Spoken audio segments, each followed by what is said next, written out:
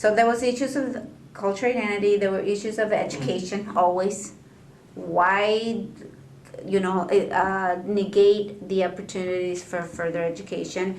Then there was issues that became really real in the 1960s with the drug use, because that was something that was hitting all the barrios big time. And of course, the black communities and the Hispanic communities were extra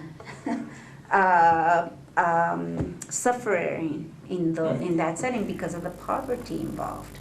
So religion was another issue that we could cover. We wouldn't just criticize religion, but we make people think like, historically the church has done some things that have not helped people. And the church has, in a way, we would show that the church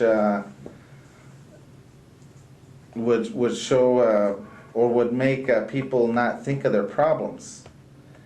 It was like perpetuated, in a way perpetuated the oppression rather than help come to a more just existence between the way poor people lived.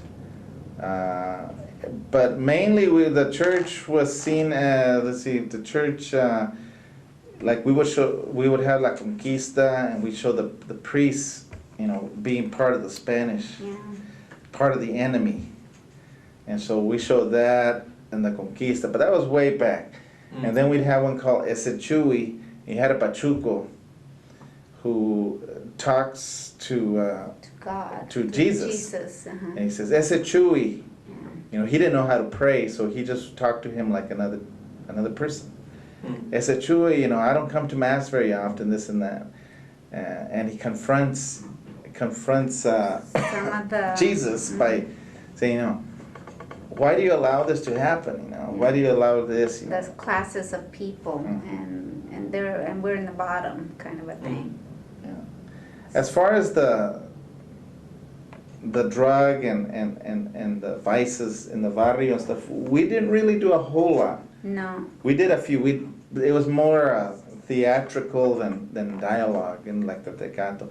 The one group that did do a lot, and that the whole topic was Manolo, who was a heroin addict, and that was Teatro Quetzalcoatl. That's the other teatro. Teatro del Piojo had all these members, and then the group split into two teatros, two different.